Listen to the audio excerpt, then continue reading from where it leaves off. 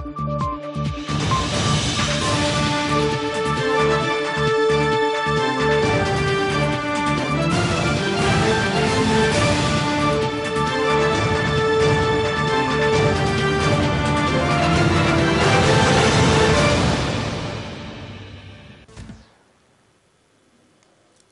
10 مساء بتوقيت أسمر المحلي. أيها السادة والسيدات، من الفضاء الإثرية نقدم لحضراتكم نشرة أخبار هذا المساء والمستهل بالعناوين.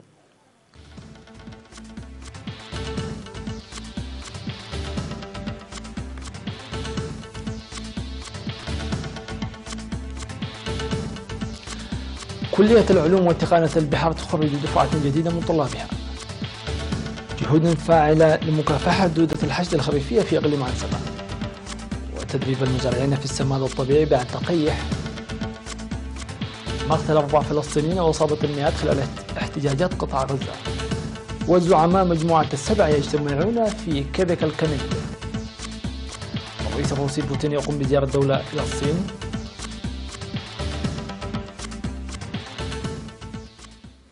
أهلا بكم للتفاصيل.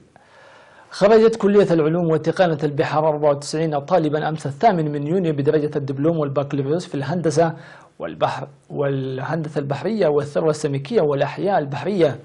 وقال وزير الثروة البحرية السيد تولد غلاتي في مراسم التخريج التي تمت للمرة 11 أنه في الوقت الذي منح فيه الاهتمام الكبير لاستغلال جيد للموارد البحرية، فإن الاستثمار في القدرات البشرية من أولى الأولويات، وأن أنشطة كلية العلوم وتقنية البحار ينطلق من هذا الأساس. وأوضح عميد كلية الدكتور زكريا عبد الكريم أن الكلية ظلت تقدم الدراسة هذا العام لحوالي 230 طالبا بدرجة البكالوريوس وأكثر من 130 طالبا بدرجة الدبلوم، وأن مشاركة المرأة بلغت 50%، مشيرا إلى أن جهود تحسين نوعية التعليم تحقق نتائج ملموسة. وأوصى الخريجين تطوير وتدعيم الدراسة المبدئية التي تلقوها بالعمل التطبيقي واكتساب معرفة إضافية، وأن يكونوا مثاليين في عملهم. وذكر ممثل الخريجين بأن يوم التخريج هو نتاج الاستثمار الضخم الذي تقوم به الحكومة في مجال التعليم وتنمية القدرات البشرية. وخرجت كلية العلوم وتقنية البحار أكثر من 1500 طالب في السنوات العشر الماضية.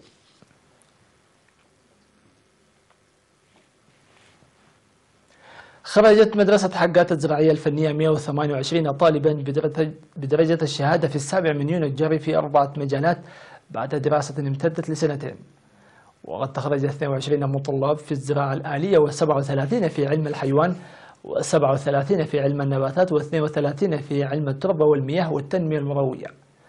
وأوضح مدير المدرسة في مراسم التخريج سيادة سقاي أن جهودا قوية تبذل لاكتساب الطلاب القيم والمعرفة الجيدة، مؤكدا متابعة الطلاب الدراسة باهتمام كبير.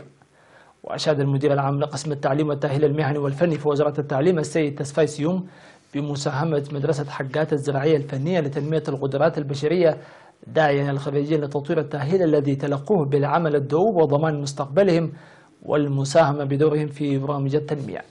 وخرجت مدرسة حقات الزراعية الفنية في 18 دفعة 2417 طالبا، بينهم 873 طالبة في مختلف المجالات المهنية.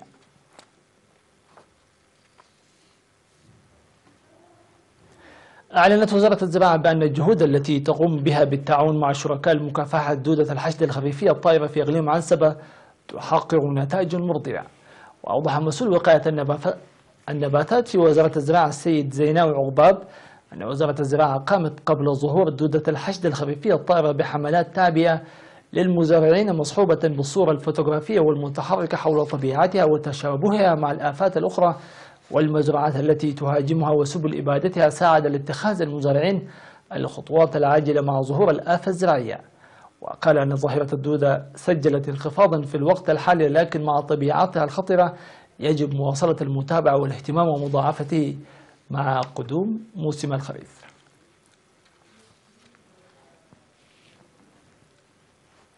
نظمت دورة تدريبية نظرية وتطبيقية للمزارعين النموذجيين في مديرية عدقية حول مميزات واستخدام السماد الطبيعي ودوره رفع الإنتاج. وتركزت الدورة حول المواد المطلوبة لمكونات السماد الطبيعي وسبل إعدادها بهدف تعريف المزارعين بأهميتها واستخدامها. وأوضح خبير حماية التربة والمياه والتنمية المروية في المديرية السيد مولغيثا فتوي أن السماد الطبيعي مميز والحصول بسهولة لمواده من النفايات وفضلات الماشية. وأوضح المزارعين بأن توجيه ورشات خبراء الزراعة يثري تجاربهم وله فوائد كبيرة في أنشطته الزراعية.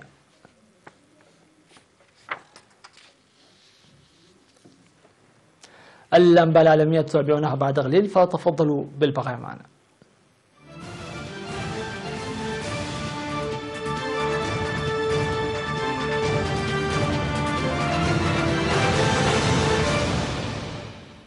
أهلا بكم من جديد.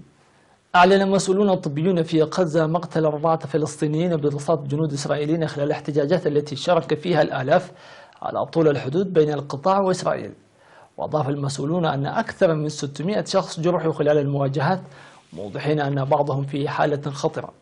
وبحسب مصادر فلسطينية فقد استخدمت القوات الإسرائيلية الذخيرة الحية وقنابل الغاز في مواجهة المحتجين.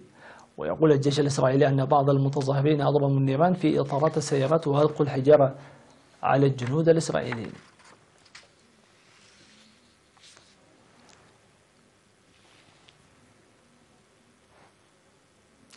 وصل زعماء كل من أمريكا، بريطانيا، فرنسا وألمانيا وإيطاليا واليابان إلى مقاطعة كيبك الكندية للمشاركة في اجتماعات مجموعة السبع الكبرى. وفي السياق ذاته أعلن قصر الإليزيه أن فرنسا وإيطاليا وألمانيا وبريطانيا الدول الأوروبية الأربع المشاركة في قمة مجموعة السبع اتفقت على رفض عودة روسيا إلى المجموعة كما طلب الرئيس الأمريكي دونالد ترامب. هذا وفي خارج مقر الاجتماعات اشتبكت مجموعة من المحتجين مع قوات الأمن في مدينة كيبك أثناء محاولتهم تجاوز حاجز الشرطة، حيث خرج مئات الأشخاص في مسيرة بالتزامن مع انطلاق اجتماع مجموعة السبع.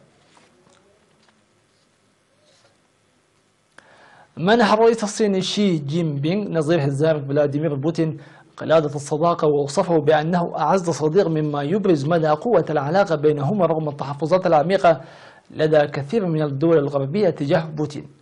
ويزور بوتين الصين لحضور قمة في مطلع الأسبوع القادم لمنظمة شنغهاي للتعاون، وهي تكتل أمني تقوده الصين وروسيا في مدينة تشينغ داو الساحلية، لكنه توقف في بكين أولا لإجراء محادثات مع شي. واجتمع الرئيسان في قاعة الشعب الكبرى ببكين، وأشاد الشي بالعلاقات بينهما. وشهد الزعيمان توقيع عدة اتفاقيات من بينها صندوق استثمارات صناعية مشترك قيمته $1,000,000,000. وقالت مجموعة روساتوم الروسية للطاقة النووية في بيان لها أن المسؤولين في المجال النووي الروسي والصينيين وقعوا أكبر مجموعة عقود في تاريخ الشراكة النووية بين البلدين، من دون تحديد المواعيد النهائية وقيمة هذه العقود.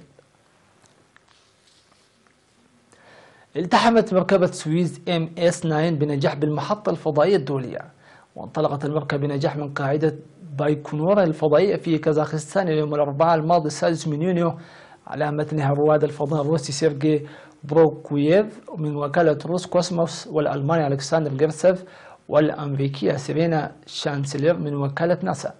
وسوف تستمر مهمة هذه البعثة الفضائية 187 يوما يجري فيه رواد الفضاء إصلاحات في مركبتي الشحن الروسية والأمريكية، كما سيجري رواد الفضاء أبحاثا وتجارب ويلتقطون صور فوتوغرافية ومقاطع فيديو.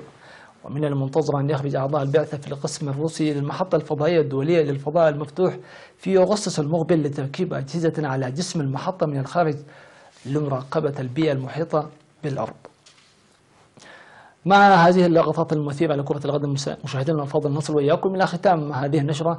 شكرا لكم على حسن المتابعة والإصغاء، في أمان الله.